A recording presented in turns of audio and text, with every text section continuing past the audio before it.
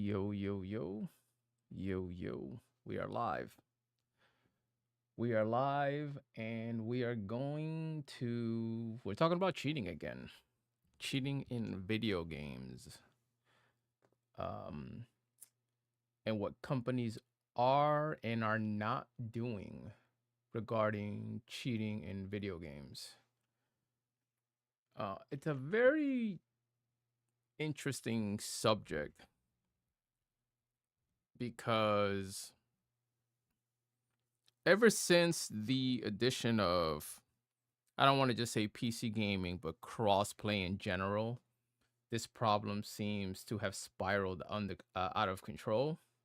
And so the console players just blame PC players, but it's like that's an easy cop out, I think, because historically we have had console cheaters and cheating takes on many forms, right? Uh, Under the current climate of gaming, we look at cheating as like aimbotters and wallers and things like that. But there's different facets of cheating that, regardless of how you see it, it's cheating by the natural design of the game you're playing. Cheating can be constituted as someone on PC who installs third-party applications that gives them an always on radar, wall hacks, aimbot, which aims for them. But cheating has existed in consoles in the forms of USB devices, like, you know, right now you know them as Cronuses, as Zims, but these things have been around for a long time. The Cronus itself has been around for a long time. And even though a Cronus doesn't give you walls and it doesn't necessarily give you aimbot, the enhanced aim assist ability of those such devices, the ability to basically have that device control your recoil for you, that is cheating, right? Because the game the games are designed with a certain uncontrollable aspect of the weaponry, which is recoil and different recoil patterns. Those things are designed on purpose to create a skill gap. Those who can control the recoil will naturally land more shots, and those who cannot control recoil will naturally miss more shots. So if you're using a device that does that for you, that is by definition cheating. So that's why I say console players in the current climate like to just say, well, we could fix these issues if we just got rid of crossplay. But no, you would get rid of cheating issues, but you will not resolve the cheating problem. All you would do is you would force cheaters on PCs to also cheat on consoles. What up, Warwick? Because a lot of cheaters, they just do it to disrupt other people's gaming experience. So let's say if you're a PC cheater and you notice a lot of the crowd shifts over to console, that cheater is probably also then going to go to console to ruin your day over there, because that's a lot of times that's their purpose. They just want to be an annoyance. So I think console players, get that idea out of your head with the whole crossplay is the problem and let's get rid of crossplay. Like, you're just perpetuating a new monster. But anyways, but that's not even the reason why I want to talk today. The reason I want to talk today is the evolution of cheating and how sophisticated cheating has gotten and what the best anti-cheat companies have been doing to battle these sophistications in cheating. So I have this article up here. This is from November 2024, so it's fairly recent.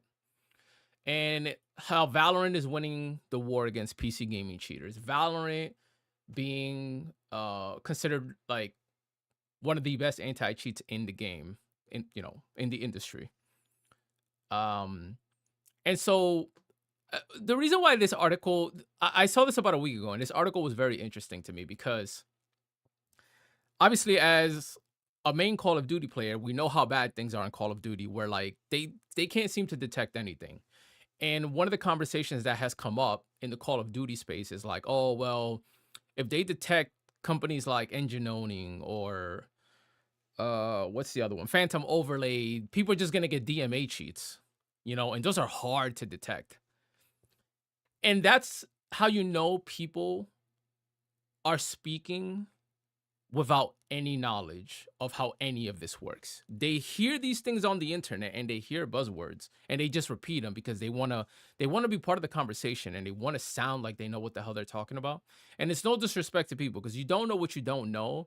But the thing that always bothers me is people who speak with certainty when they know they don't know something, right? Because this is the other problem with confirmation bias is if I feel like I sound right, then I'm right even if I'm proven wrong, right? And that's what I think happens a lot. So you got people who say, "Oh, if you ban the applications, you're just gonna buy DMA cheats." So, and for those who don't know, DMA cheats are basically it's using hardware on a secondary PC, right? So you have the game PC here on the left. This is where your game will run. The DMA hardware runs over here on the cheat PC, right? So when you run the game here on the left side, and let's say you log in, let's use Call of Duty for this example. So when you run Call of Duty and then Ricochet runs when the game runs. So Ricochet is now scanning your PC saying, okay, let me see if there's anything nefarious happening over here. And then Ricochet doesn't find anything. So it says, okay, this guy's legit. But the reason why Ricochet doesn't find anything over here is because the DMA cheat is actually running here on the right. And it's basically spoofing the game and the game PC to make it think, hey, there's nothing nefarious happening here. We're not cheating. Everything's cool. The game runs, and now this person is going crazy in the game. Aimbotting, walling, you name it. They're doing everything and anything they can do. So people have said, yeah, man, this is just everyone's just gonna get DMA cheats, right? If we start banning engine owning. Engine owning is software. It's software you run on the actual gaming PC. You can't run engine owning on a secondary PC, not without DMA hardware. So that's the key here. Without this extra PC and this extra hardware, you can't, everything has to run on the PC here, and by definition puts the cheater at risk to be detected. And so that's why DMA cheats have been slowly becoming more and more popular. And they're also expensive by definition. They can range anywhere from $400 or $500 to even over $1,000, right? They're really expensive. So imagine you have to get a PC and then get the DMA hardware. So it's a lot. It's a pretty high investment, but there's people out there who don't care. The money invested into cheating is not stopping them, right? Because I'm sure you've also heard the argument, well, if the game wasn't free, people wouldn't be cheating as much. We know that's a lie too, because the majority of cheaters pay a monthly subscription for their cheats. They pay to buy user accounts. When their account gets banned, they pay to buy another account to play on. And when that account gets banned, they pay for another account. So the concept of the game not being free will deter them, that's a fallacy as well. These people are already spending money. If they had to spend another 50, 60 bucks on the game, that's not going to stop them. They're already spending hundreds every month, thousands over the course of a year just to cheat at a video game. So I promise you, Warzone not being free, not going to stop them. Free to play games not being free, it's not going to stop them. But anyways, I digress. So DMA cheats is like now the go-to excuse from people saying, oh, if you ban software, they're just going to get DMA. But then I find this article, and it's interesting because Valorant explains very clearly that they've been fighting DMA for over 4 years now, successfully, right?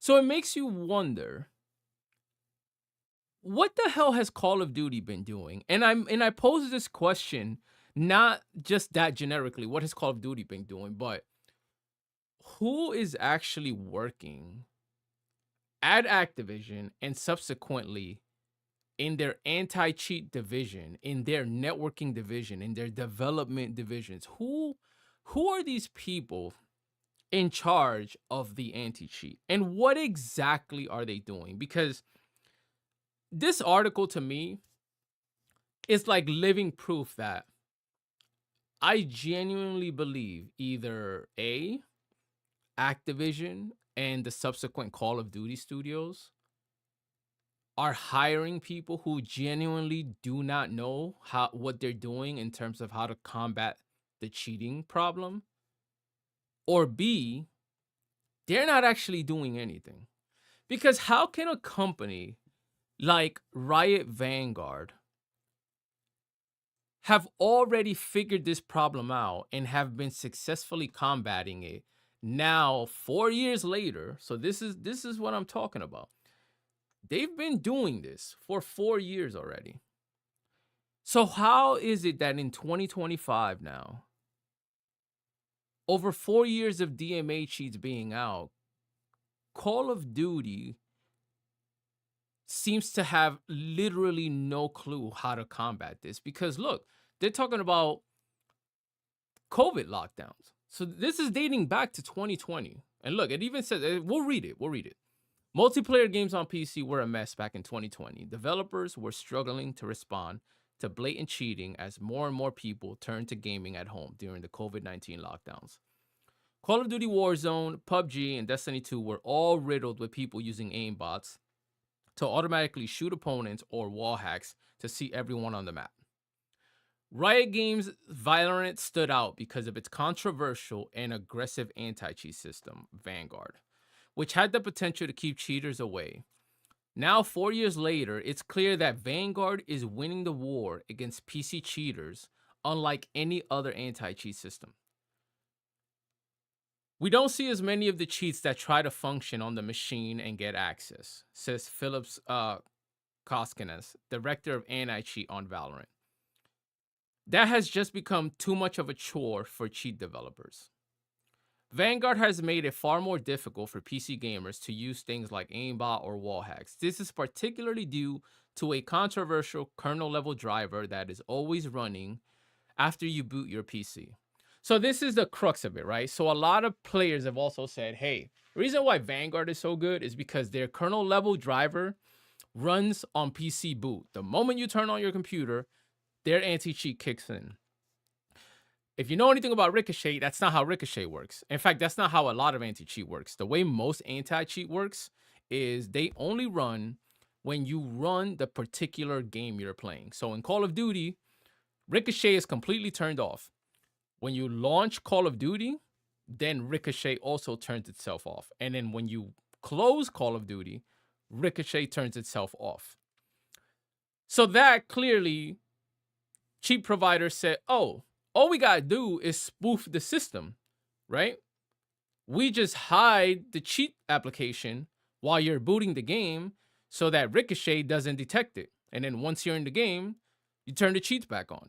Like, it was such a simple bypass that it's almost comical, right? And Ricochet is so bad that even as the people are cheating, Ricochet still can't even detect that this person is running something because like it's such a mediocre anti-cheat, right? But anyways, Riot's Nick Peterson developed a system in Vanguard that detects when cheat engines are trying to get access to Valorant. He came up with a fairly novel way to know that something has been mapped into the kernel memory that isn't supposed to be there. The method is so cute that I can't explain it because they'll figure it out too quickly.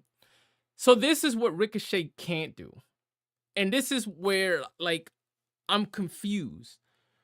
Who are the developers at Ricochet that can't come up with this systematic check right here? Vanguard was able to do it 4 years ago. Ricochet still can't do it. And I don't understand. Like, it's either because they don't want to, or they genuinely have unskilled developers. And I don't mean that in a disrespectful way. I'm just looking at this like objectively. Either you guys can't figure it out because you lack the skill set, or you guys just you're not trying to figure it out because you don't care. Those can be those are the only two answers here. Those are the only two answers. Right? So let's keep going. The method sounds like it works similarly to when you crack open a piece of hardware and those little plastic clips fall off to let the device manufacturer know you have voided the warranty. Once that's done, we know that something happened, and then we just wait to see something occur on Valorant that confirms you're using it for cheating. So they even basically give you like a broad explanation of what they're doing. They're not telling you exactly how they're doing it, but this is like such a perfect explanation. Because like he said, if you ever buy something where the manufacturer doesn't want you to void the warranty, because let's say like you buy a laptop and the manufacturer tells you, hey, if you ever have a problem with your laptop, call the warranty department and we'll service it. Don't try to fix it yourself. If you try to fix it yourself, it's going to void the warranty. And then you try to be smart and you're like, all right, I'm going to be careful. But as soon as you open the laptop, they somehow have like a clip in there that's designed to break. So then even if you ship it to them, they're going to open it and be like, yo, the warranty clip is broken. You tried to open this, didn't you? And then you can't lie your way out of it because they're going to show you like, look, the clip is broken. This means you or someone tried to open this. And it doesn't matter whether it was you or somebody in your house or your friend, or you took it to Geek Squad. It doesn't matter. The point is someone opened this laptop and we told you not to open this laptop, and now you voided the warranty. Sorry, we can't help you. So this is how people get banned, right? Valorant looks at the the warranty on the PC. I'm being metaphorical here when I say the warranty. They look at those little warranty clips, and Valorant says, hey, the warranty clips are broken. You must be cheating. Banned. And so that's why a lot of people will then go online on Twitter and start complaining. Yo, I've never cheated. Scan my PC right now. I've never cheated. I've never done anything. Valorant doesn't care. Valorant, they have a developer, and I'm gonna pull up his tweets. Valorant is like, yo, we don't want to hear any excuses. Somebody voided the warranty. We don't care who. We told you not to touch it. You're banned. That's it. We literally do not care what your excuse was. We don't care if your friend played on your PC. We don't care if you let your PC was out getting service at Geek Squad and they did it. We don't care. We told you not to open it. Your responsibility. You're banned. Right? So they're telling you how they're doing it. And this is where, like, how is Ricochet not doing this? Right? But anyways, we continue because there is a twist here. There's a hopeful twist in this article that I hope that's what Ricochet is trying to do. But I also don't know how ready that system is. But we'll get there. All right, so we keep going. That's led cheaters to move increasingly toward hardware to bypass the systems. This is the DMA stuff we were talking about earlier. So now they're not buying applications like engine owning. Now they're buying a second PC with more hardware to trick the first PC, right? One of the most popular ways the cheat engines now hook into games involves direct memory access, DMA, with dedicated hardware. You're basically using a PCIe card, and I'll bring this up. I'll bring up an image in case people don't know, well, what's a PCIe card? Well, this is a PCIe card. So the cheating PC will basically have a card like this. A card like this installed on the cheating PC, and this card hooks up to your actual game PC to trick it into thinking, yo, there's no cheats on here, so I'm clean, I'm good. But it's really the cheats are running on a secondary PC. So you're basically using a PCIe card to request reads of physical memory. They have developed techniques with these cards, the most popular one being Squirrel, to do a lot of traditional memory scanning, but totally externally. That means a cheater will have a secondary PC that is scanning the memory space of Valorant, looking for player positions. A cheater can use this second PC with a monitor to display a special new radar that lets them know exactly where opponents are. It's a devastating cheat in the games like Valorant, where players rely on tactics, positioning, and stealthiness to get an advantage. So this is what I'm saying. So with DMA hardware, on a secondary PC, they're running their walls and their radars on the second PC on a second monitor while playing on the first PC. And this is why a lot of times when you see people talk about, oh, I'm gonna monitor cam so people see that I'm not cheating, I'm gonna put a camera showing my hands, showing my mouse, showing my controller. It's all bullshit because the monitor they are showing us is not where the cheats are running. So this is why monitor cams do not matter. In a way, the only way a monitor cam matters is if they're showing the entire setup. The camera would almost need to be like over their head in the back of the room, showing their entire table. But you notice the ones who claim they're not cheating, they never do that. Now there's a lot of people out there who do that. They show their whole setup. So there's nothing for them to hide. There's no monitor under the table or over to the right or over to the left. These guys show their whole setup. Look at all my screens. You see the screen with my chat over here. You see my OBS screen. You can see those guys have everything legit. It's always the ones who have like that weird close monitor angle, pretending like, you see, I'm showing you my monitor. I can't be cheating. And it's like this really zoomed up monitor cam view. Those are the most suspicious people out here because it's like, that doesn't mean shit because your cheats are running on a completely separate monitor that you're not showing on your stream, right? So Riot has also developed methods to detect this new form of hardware-level DMA cheating, thanks to Peterson. His invention essentially blocks reads to internal memory by suspicious devices. So boom, this is how they're doing it. Basically, Vanguard runs as soon as you turn on your PC, and it does a scan of everything on the PC that should be there when the machine runs. So it almost like it makes a list. It's like if you your house, right?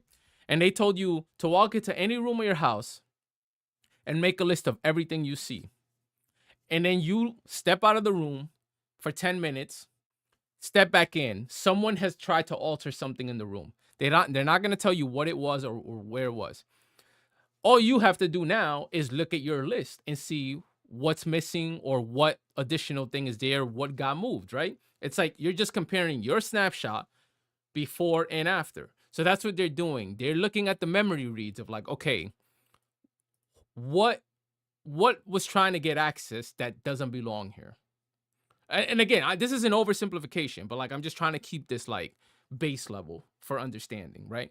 Obviously, there's a lot of engineering and dev work that goes into this, but like base level, you take a snapshot of the PC when you boot it up, and then it's basically just standing back waiting to see what's going to change or what's trying to get access from my list. Who's trying to take something out of your room that you inventoried ahead of time. So I recently ran into this issue with this DMA protection as Vanguard started blocking my network card every time I loaded into the Valorant game. Riot has a list of hardware and firmware that is trusted, but the network card on my motherboard was using a method that looks suspicious. You see, so Vanguard does a lot of research, and this is why I say like this is very sophisticated. Like I'm giving you like a very low level basic explanation, but they're really sitting there and they're looking at all the natural processes that should be running on your PC, your network card, your Wi-Fi card, the way your RAM is interacting with your applications, which applications should be running. So they're being very meticulous when they're doing this snapshot inventory of their room, let's say. They're not just like blanket blocking everything because they understand a lot of stuff runs on a PC at, software level or even below that, right? So it's very sophisticated stuff. Like these people know what the hell they're doing. So basically what this guy's saying is his network card, just basically trying to get to the internet, was using a different method than an average network card would do. And so because of that, Vanguard blocked him. he couldn't play the game because Vanguard said, yo, your network card is doing something funny. We don't trust it. And so he got blocked. So, and then he said the issue was rectified within hours, but it showed how powerful Vanguard was, that it could knock out my PC connectivity until I rebooted. You see, so they were able to work with him and say, okay, let's take a look at your PC and let's see what's really going on. They took a look, they realized, okay, it's your network card, it's just using a different way of connecting. Everything looks legit. We tested it, boom, verified. He's back online. So most of the cheats for Valorant these days have been reduced to trigger bots, programs that use screen readers to look at the center of your monitor and then automatically shoot when a player's crosshair is placed over an enemy. He says these account for about 80% of cheats in the game, right? And then they talk about the addition of Vanguard to League of Legends earlier this year also dramatically reduced scripters. And the league team revealed in August that it had banned more than 175,000 accounts for cheating. So this is how good, this is showing two problems, right? This is how good Vanguard is, but this is how out of control cheating is in video games and how common it is. So that's why when you hear players saying, yo, I think this dude is cheating, I think this dude is cheating, you have to understand, as soon as they put Vanguard in League of Legends, they banned 175 accounts. So imagine how many league players out there probably for a while have been feeling like, yo, they're just like, I keep running into cheaters. This guy looks sus. This person looks sus. Yeah, because they were scripting. And it says it right here what they were doing. They were doing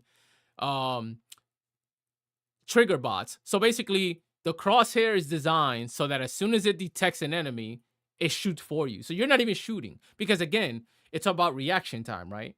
So the trigger bot is basically automatically shooting for them, reacting faster than any human could. So, you know, and he says that's encouraging for Valorant and League, but the situation isn't bright for other game developers that build their own anti-cheat. You know who they're about to talk about, who builds their own anti-cheat. A recent study from the University of Birmingham revealed that cheats for Activision's Call of Duty Warzone remain accessible and affordable, and that Activision's Ricochet anti-cheat falls short against more sophisticated cheats. Activision even had to fix an anti-cheat hack in Warzone and Modern Warfare 3 that led to legitimate players getting banned. So this is how bad Ricochet is. Not only can it not catch cheaters, at one point, it was banning legit players, accusing them of cheating. Like, this is, like, that's just terrible. And it goes back to my point I made earlier of either A, Activision anti-cheat devs, the people on that team, either just don't have the skill set to fight this problem, or they purposely don't care and they know they just made a shitty anti-cheat because they don't care. It's got to be one of the two. It's got to be one of the two. Cuz like this is bad. This is terrible. This is a terrible paragraph right here. All right? Ricochet has talented individuals on the team, but they clearly do not have enough funding or freedom. You see, and this comes from Ziebler, and I'm going to get into this, right? Because something happened this week with Ziebler. Ziebler is the developer behind Phantom Overlay, one of the most popular cheat engines for games like Call of Duty, Overwatch, and more. I don't know how much Ziebler knows about this. You know, they don't have enough funding or freedom. I mean, Activision, they're a multi-billion-dollar company, but that doesn't mean anything if they're not investing in their anti-cheat efforts. They could be a multi-billion-dollar company, and that's it. All the money stays at the top, right? Corporate America, capitalism. We know how it works. So they're implementing quick fixes. They are not implementing things they should be implementing, likely because Activision won't let them. So this is my point, right? Let's hypothetically say this is an accurate statement by Ziebler. They don't have enough funding or freedom. Activision won't let them. So that's one of my 2 points, right? Activision doesn't care. That's why I said either they're not skillful enough to fight this problem, or they don't care. And if we're going to take Ziebler at his word, again, hypothetical, I don't know how much he knows, how accurate his opinion is, his statement is. But let's be hypothetical, play devil's advocate here. Let's say he's 100% right. Activision won't let them. That proves my second point. Activision doesn't care. And you know why? Because people are still playing the game.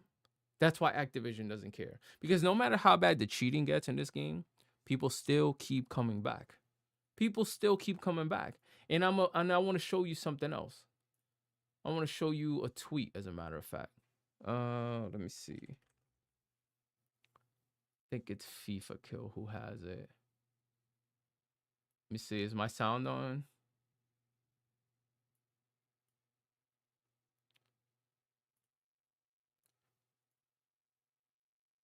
Hold on. I'm trying to figure out the sound so you guys can hear this.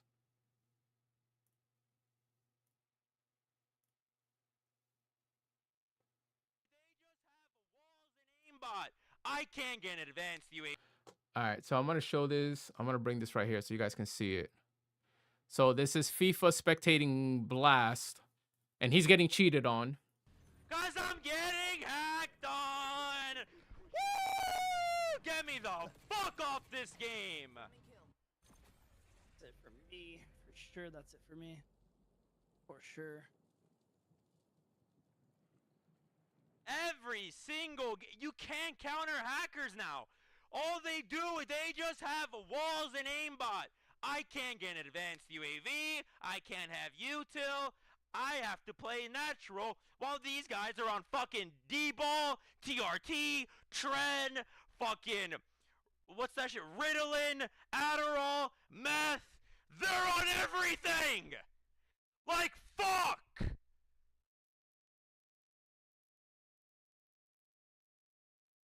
Off this shit game, dude.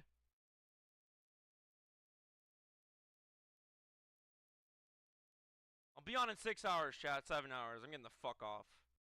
You see? That part right there. That part right there, what he just said right there. He got cheated on the entire time. But then what did he say at the end? I'll be back in 6 hours, chat. So he plays hours and hours and hours of getting hacked on, losing SR, losing games, servers crashing. But then he says, I'll be back in 6 hours, chat.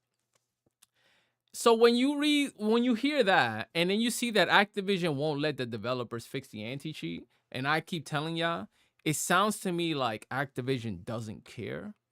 This is why they don't care. Because Activision, currently as it stands, they know that a lot of its players, no matter how bad of a day they have, they're just going to come back in 6 hours. They're going to come right back on the game and keep playing.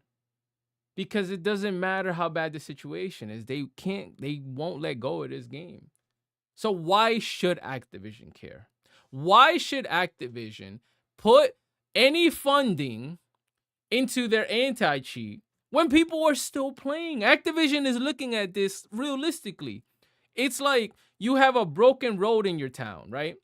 And there's alternate roads people can take. So the broken road is Call of Duty. It has terrible potholes. The potholes are so bad that literally you got to completely try to drive around them or your car will fall into it. But then there's like 8 alternate roads that you can take, and they're not even out of your way. They're like all parallel to each other. Like, I know it'll be a weird design for some roads, but they're all parallel to each other. But you got the Call of Duty road that's completely destroyed and uneven and full of potholes, and it's just bad, right? There's oil all over it. And the city's like, we could put money and fix that road. We could get resources to fix that road. But they keep driving over it. Even though there's other roads they can take, which would be other video games in this example. But they keep driving over the broken road for some reason. So the city's like, the city being Activision, they're like, we're not going to put money into that just yet. Because why? They keep driving over it. They're not avoiding the road. They could avoid it, but they're not. And so that's kind of how I feel. I don't think it's that they're not skillful enough. It's that Activision is just like telling the teams, we don't really want you guys to put in a lot of effort into this right now because we just don't need to. But anyways, let's continue. Ziebler thinks Vanguard is clearly winning against cheaters, thanks to the anti-cheat team having funding, talent, and freedom. Riot has hired engineers that have developed cheat engines in the past, including Koskinas, who developed and sold cheats more than 15 years ago to help fund his academic career. So Vanguard literally hired cheaters, cheat developers to make their anti-cheat. They basically told them like, yo, instead of you making these cheats, why don't we just pay you and you work for us and like just be legit, right? Unsurprisingly, the researchers at the University of Birmingham agree that Valorant has the best anti-cheat system. It was ranked at the top of the anti-cheat pile, followed by Fortnite. Fortnite is legit, which also uses a kernel level system. Counter-Strike 2, Battlefield 1, and Team Fortress 2 were ranked at the bottom, and Activision is down there too. The research also highlighted weaknesses in Windows protections that allow cheat software to inject itself into the kernel, just like malware does. So this was the part earlier where I said we're going to get to a development later that involves Microsoft, because we are talking about PC cheats here, right? After the devastating CrowdStrike incident, Windows kernel access has become a hot topic as Microsoft is increasingly looking at ways to help CrowdStrike and other security vendors operate outside of the Windows kernel. So for those of you who may or may not know or remember, a couple months ago in the year, CrowdStrike, they put out a bad update that crashed like almost every Windows PC in the country, in the world, really. They all blue screen. And because this was a kernel level problem, you couldn't even get into your PC to fix it, not without having admin access. So like an average user who didn't have admin level access to their own computer couldn't fix their problem, right? So this is why the whole kernel level thing has been kind of a hot topic, because it could cause problems in like a worst case scenario situation, which is what happened with CrowdStrike. So now they're working with Microsoft to say, hey, we kind of can't risk this because we already saw the kind of problems it caused. Like banking systems were down for hours, losing, millions of dollars, all kinds of things. Even the airports, planes were grounded for hours because they all rely on these network systems. So anyways, so this is the part where I said I'm hopeful, and I hope I have a weird suspicion that now that Activision is owned by Microsoft, maybe Microsoft being in charge now is going to remedy the cheating or the anti-cheat solution for Call of Duty in this manner. And the manner is what we're going to read right now.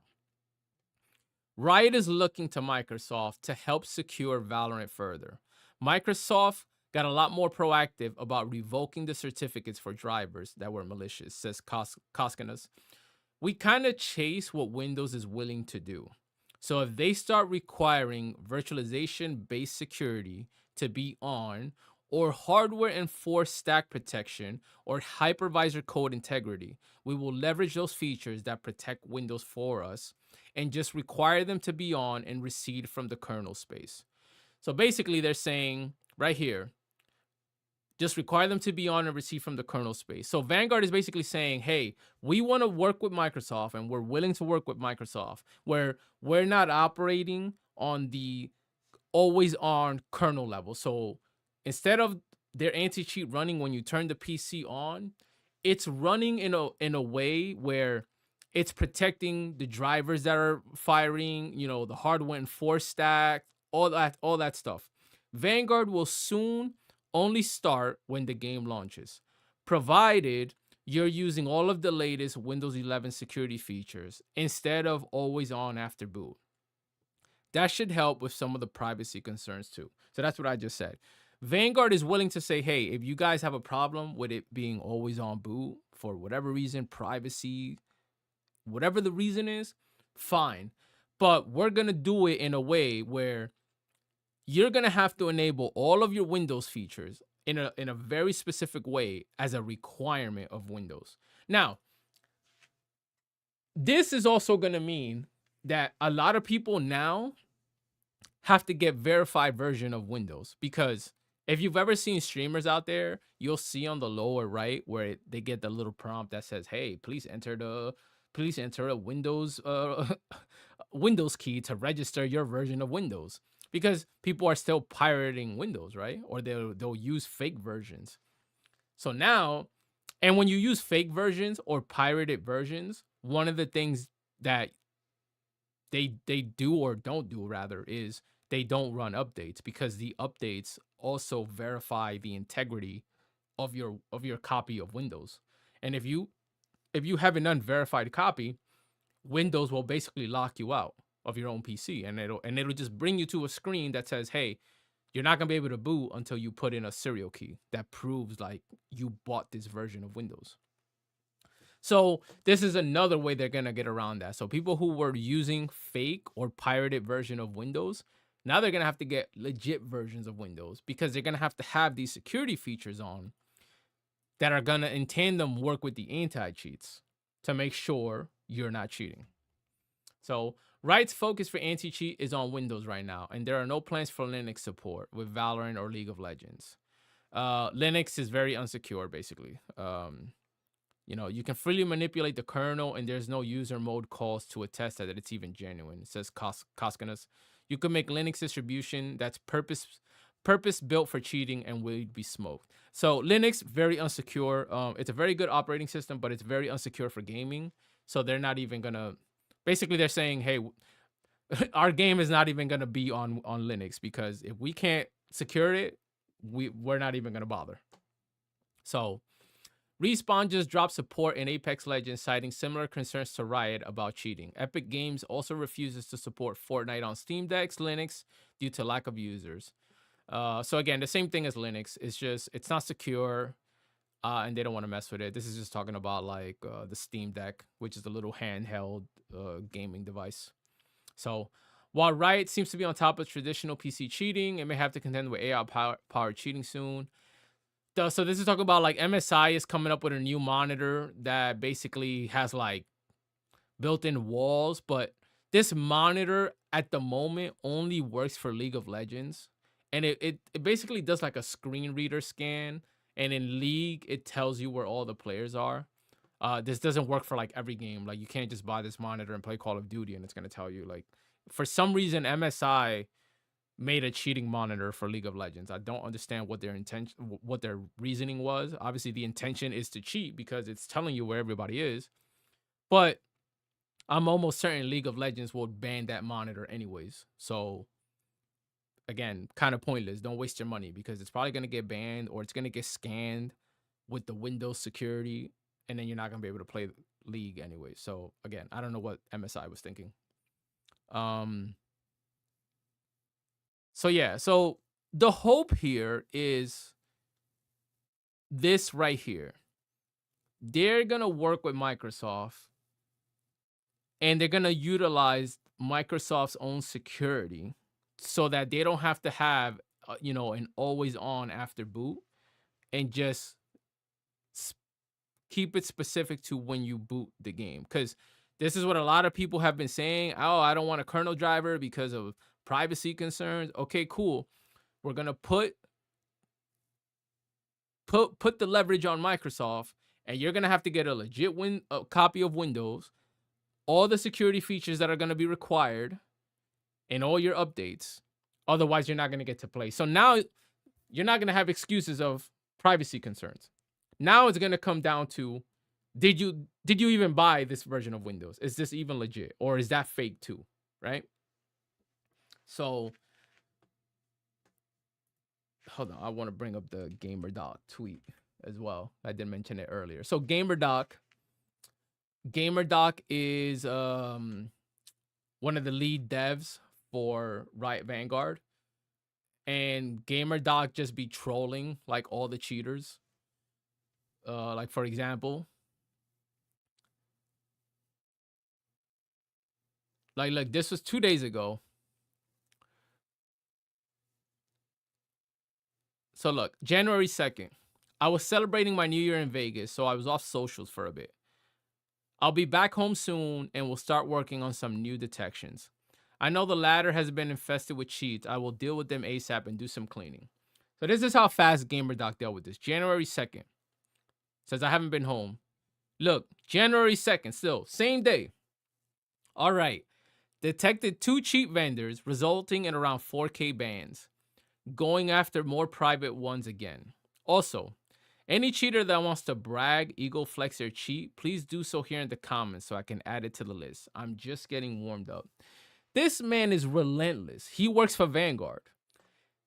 Explain to me how in one day he was able to detect 2 cheap vendors and ban over 4,000 accounts. And yet here we have Ricochet, who can't even detect 100 accounts on a given day when there's thousands of people cheating.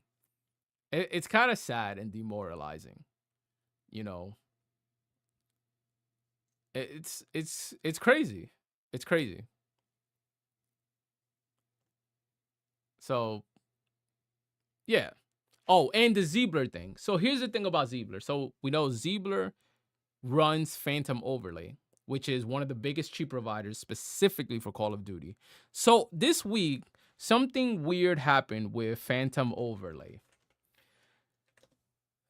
Ziebler made Phantom Overlay private. Now, what does that mean? This almost means the end of Phantom Overlay because Phantom Overlay worked on subscription. And then he says, Happy New Year's, Phantom Overlay users. 2024 was a year of big growth for Phantom Overlay. As a lot of other providers face one or multiple detections, we did better than most and want to keep it that way, which is why Phantom Overlay is now a closed private community. Nothing in particular happened. I just don't want to be in the spotlight anymore. This seems odd. Nothing in particular happened. I just don't want to be in the spotlight anymore. So why would you make your cheating private? And what does that mean? He made it private. Well, he talks about his life and blah, blah, blah. And this is all bullshit because this guy provides cheats for a video game. So I really don't care for his personal life. I don't know him, but I really don't care for him. He's a cheat provider. So he says, starting right now, only existing Phantom Overlay customers with an active 30-day subscription or lifetime can access the cheat software. New registrations are disabled, and existing users without an active sub or lifetime are shut out. So basically, there's no more new users are going to be able to buy Phantom Overlay. And if your subscription goes inactive because you don't pay it or something, or you forget to pay it, you're done too. So naturally, over time, this means not only is he not going to grow his clients, he's going to start to lose clients. But my question is, why did he suddenly go private? If he claims nothing in particular happened, I just don't want to be in the spotlight anymore. Now, we know Ricochet said that they have their most major update is coming with Season 2 and Season 3, which Season 2 is in about at the end of this month, at the end of January. And Season 3 is 60 days from there. So this is where my conspiracy hat comes on, right? Is it possible that Ziebler is aware of these Windows efforts? And is it possible that Ricochet is going to be one of the first to start testing and implementing them? And Ziebler may have heard something in the pipeline that said, yo, a lot of your users are about to get detected. A lot of your methods might get detected. So this is kind of like a heads up.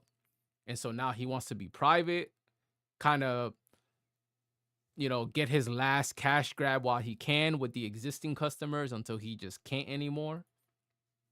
I don't know. This is all theoretical. I'm just trying to put 2 and 2 together. I'm trying to string theories together here, because he doesn't say why he went private, but this article is from The Verge, is from November, where they talking about they've been working with Microsoft, talking with Microsoft about leveraging security features, right? So is it possible that this is what's coming down the pipe with Ricochet? Ricochet, because remember, Ricochet said,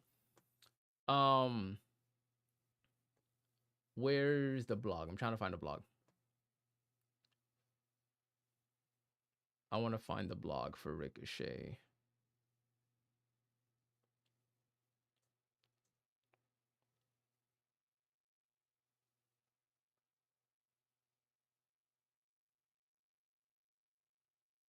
Trying to find the blog right now. Hold on. I'm looking at my other screen. I want to make sure I have the latest one.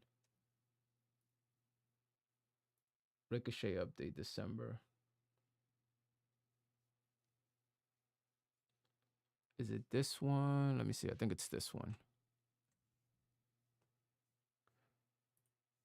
I think it's this one.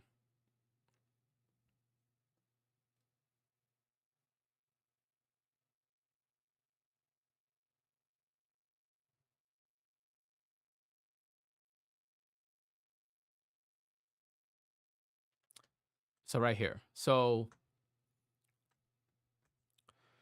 looking forward, the team is developing major updates for Ricochet anti-cheat systems, including our kernel level driver and brand new server-side protections launching during Season 2 and Season 3. More on the updates as we get closer to those season launches. Here they talk about use 2FA, two-factor authentication, so nobody gets your passwords. So I wonder, they don't say much here, and that's fine because they also said they'll have more updates as they get closer to those launches. But I wonder if this is why, because Ricochet has never made an announcement like this. So this was the first thing that was fishy, right? Because this announcement was at the beginning of December, if I'm not mistaken. This is the December 16th. December 16th, they said, hey, the next Ricochet update is coming in seasons 2 and 3. So let's think about that for a second. They basically said December 16th, mid-December, hey, you guys gotta wait. Let's see, half a month in December, month in January, anywhere from a month and a half to 3 months for this big update. Ricochet has never said anything like that. They've never done anything like this. Usually with Ricochet updates, it's like, hey, we made a change over the last week and we're pushing this update next Tuesday. It's always like that, like within the same week. But the fact that they said, hey, listen, this is going to take a couple weeks to a couple months for this next major update. I thought that was a little different, you know. So part of me wants to be hopeful and say the reason why they need time is because this is going to be a whole different implementation that we clearly have never seen before. But of course, my hesitation is in the historically, Ricochet has simply just not worked, right? So I'm really 50-50 torn on this because part of me wants to be hopeful, right? Like I'm a tech nerd, by the way. So part of me wants to be hopeful, and that's why I've been reading all these articles and, you know, what other companies are doing and just trying to educate myself as much as I can on DMA cheats and cheating in general. And then I see this from Ricochet on December 16th, and I'm just like, damn, maybe it's possible that now that they're officially under the Microsoft umbrella, they're finally actually doing something serious, you know, something legitimate instead of just telling us they're trying. And, you know, we obviously as players don't see the efforts. So I'm remaining hopeful that this big update is legitimately going to be the turning point in, yo, you guys gotta do something. You gotta take it seriously, man. Like, you have to take it seriously. Like, enough is enough. It's been 3 years of Ricochet. It's been 3 years of Ricochet being mediocre at best. It doesn't work. It's the laughing stock of anti-cheats. And subsequently, it's making this company the laughing stock of gaming because this is a multi-billion-dollar company that prides itself in its financial status and its foothold in the gaming industry. You guys are a laughing stock to brag about these things and have the absolute worst anti-cheat available, right? So part of me is hopeful, but then the other part of me is going to be like, hey, if this fails, historically that was kind of expected, right? Because they have always failed.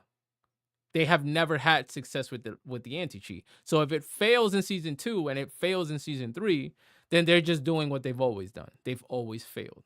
But if it works, at least I speak for myself. I could say, yo, I think they're finally taking note of what others are doing and implementing real world solutions and not just fairy tale giving a storyline telling us, hey, we're working our hardest. We're working our hardest. Like, we don't want to hear that. We respect it. We understand you guys are working, but we don't need that update. We don't need you to tell us we're working. We need you to just provide real world action, and then we'll give you your flowers.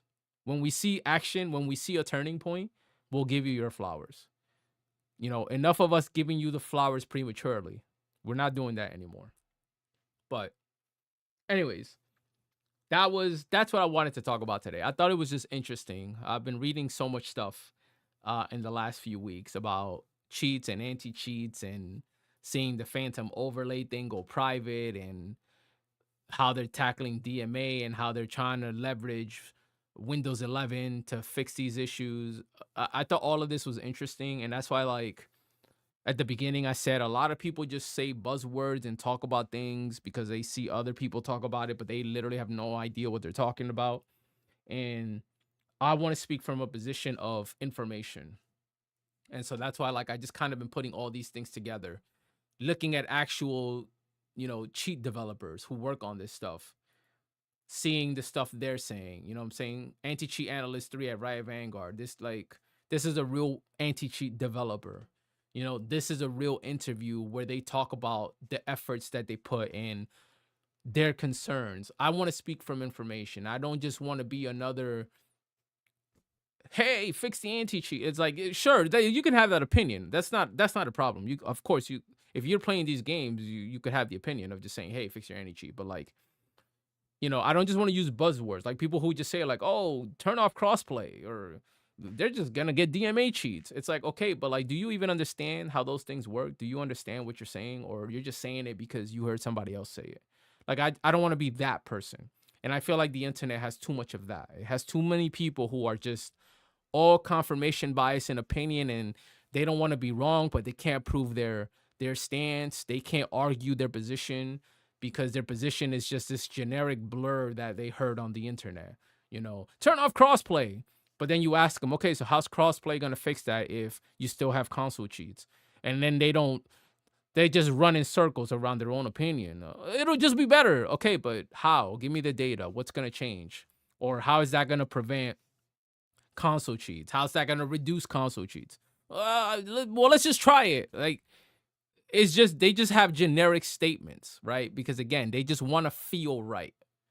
And I don't want to be that person. I've never been that person. I like data. I like information. If we're going to argue about something, provide your sources. Provide your sources. You know what I'm saying? I'm okay with you having an opinion, but if you're going to turn it into an actual conversation, provide your sources. And, like, that's the problem with the internet. The internet has birthed this wave of confirmation bias where everyone wants to have a word and nobody wants to be wrong. And then even worse than being wrong, nobody wants to admit that they're wrong. And so people just argue. If we're going to argue, let's have an educated argument. You provide your facts, I'll provide my facts. You provide your research, I'll provide my research. And if we can meet in the middle, great. And if not, then if we have to stalemate because neither of our research, denies the others, that's fine too. But at least you're speaking from a position of data. I'm speaking from a position of data. And then let's have a conversation like that. But, like, so much on right now, especially with Call of Duty, it's just, you got the ranked players who are just like, give me PS5 with crossplay off. Okay, and then what? What do you do about the Cronuses? What do you do about the Zims? What do you do about all that? Oh, it'll just be better. Okay, now we're talking ourselves into circles. But anyways, that's all I got.